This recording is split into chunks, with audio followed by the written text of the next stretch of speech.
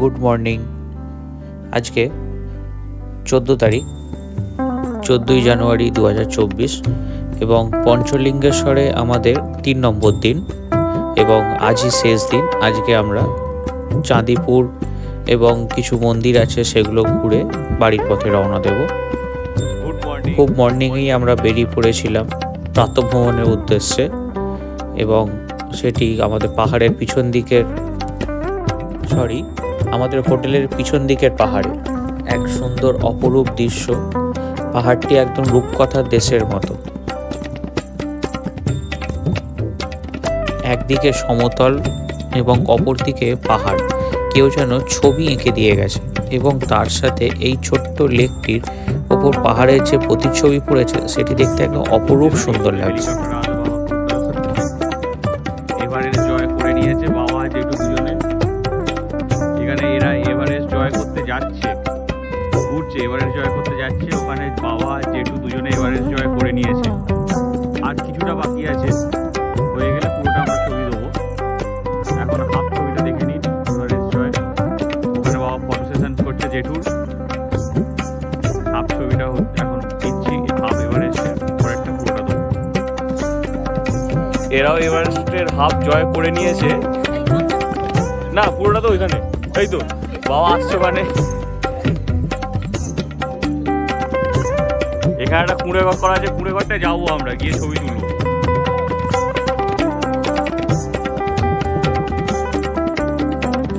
Everest জয় করে নিয়েছে বাবা, কুঁড়ে ঘরে বসে পড়েছে এভারেস্টের মাথায়, মারাত্মক জায়গায় যেখানে আমরা কেউ উঠতে পারছি না। বাবা উঠে গেছে পাথরের মাঝখান দিয়ে, পাথরের খাস দিয়ে এভারেস্টের ওপরে বাবা উঠে চলে গেছে।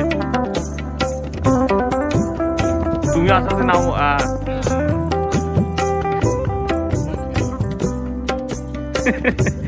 পাহাড়ে উঠে গিয়ে এখন নাচানাচি করছে, আবার সামনেটা দেখে নামবে।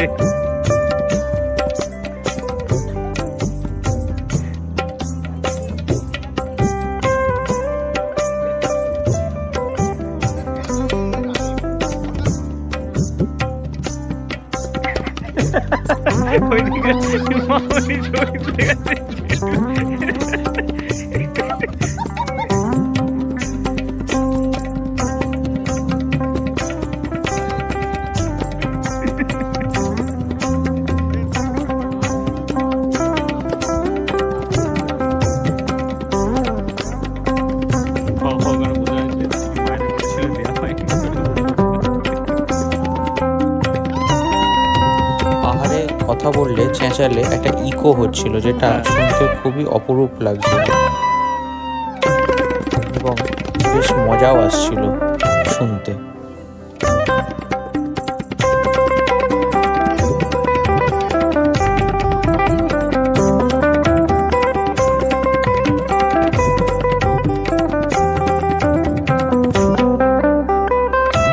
দাদা সৌরভ গাঙ্গুলির মতো একদম অবিকল জার্সি ওড়ানোর মতো চাদর উড়িয়ে মামনি আমাদের হোটেল থেকে জিতম এবং রিমো এদেরকে দেখাচ্ছিল যে আমরা কত দূরে কত উঁচুতে উঠে গেছি, আর ওরা হোটেলে শুয়ে শুয়ে ঘুমাচ্ছে। সকাল 8টা বাজে তখন আমরা পাহাড়ের ওপর থেকে হেলিকপ্টার উড়িয়ে দেখাচ্ছিলাম।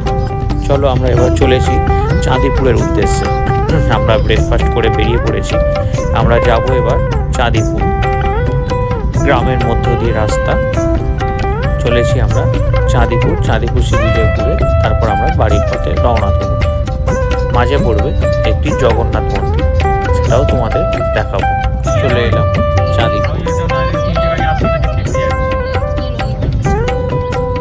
চাঁদিপুরের সি বিচ। জল সামনে ছিল।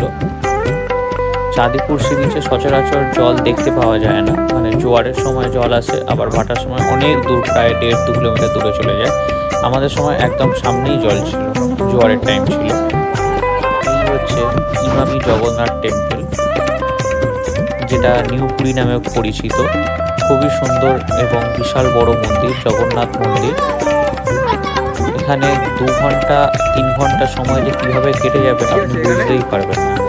অপরূপ একটি মন্দির, বিশাল বড় জায়গা, ঢুকেই একটি আপনি দেখতে পাবেন এরকম একটা ফোয়ারা,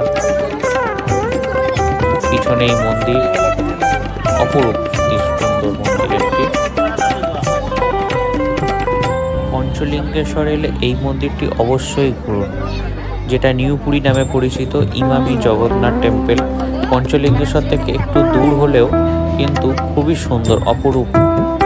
যারা পঞ্চলিঙ্গেশ্বর আসবেন এই মন্দিরটি অবশ্যই ঘুরবেন। সুন্দর একটি জগন্নাথ টেম্পল, খুব বিশাল বড়। চাঁদিপুরে আমরা বেশিক্ষণ ছিলাম না, বিচটা খুবই নোংরা এবং একটা বাজে গন্ধ আসছিল, তো যার জন্য আমরা ওখান থেকে বেরিয়ে এলাম এবং এইখানে আমরা অনেকক্ষণ সময় কাটিয়েছি। দেখে নাও, মন্দিরটা খুবই সুন্দর এবং আমরা মন্দিরের চারধারে পরিক্রমা করছিলাম এবং তারও কিছু ভিডিও দেখতে থাকি। অপরূপ একটি সুন্দর, এবং এরই মাধ্যমে আমি আমার ভিডিওটা শেষ করব। দেখা হবে পরের ভিডিওতে। এর পরের ট্রিপ আসছে হায়দ্রাবাদ, তো সেই ভিডিওর জন্য স্টে টিউন। আর এই ভিডিওটা আমি এখানেই শেষ করব। এখানে ঘুরে আমরা বাড়ির পথে রওনা দেব। সবাই ভালো থাকবেন, সুস্থ থাকবেন, লাইক কমেন্ট শেয়ার করে সাবস্ক্রাইব করবেন, পাশে থাকবেন। দেখা হবে পরের ভিডিওতে। Bye bye.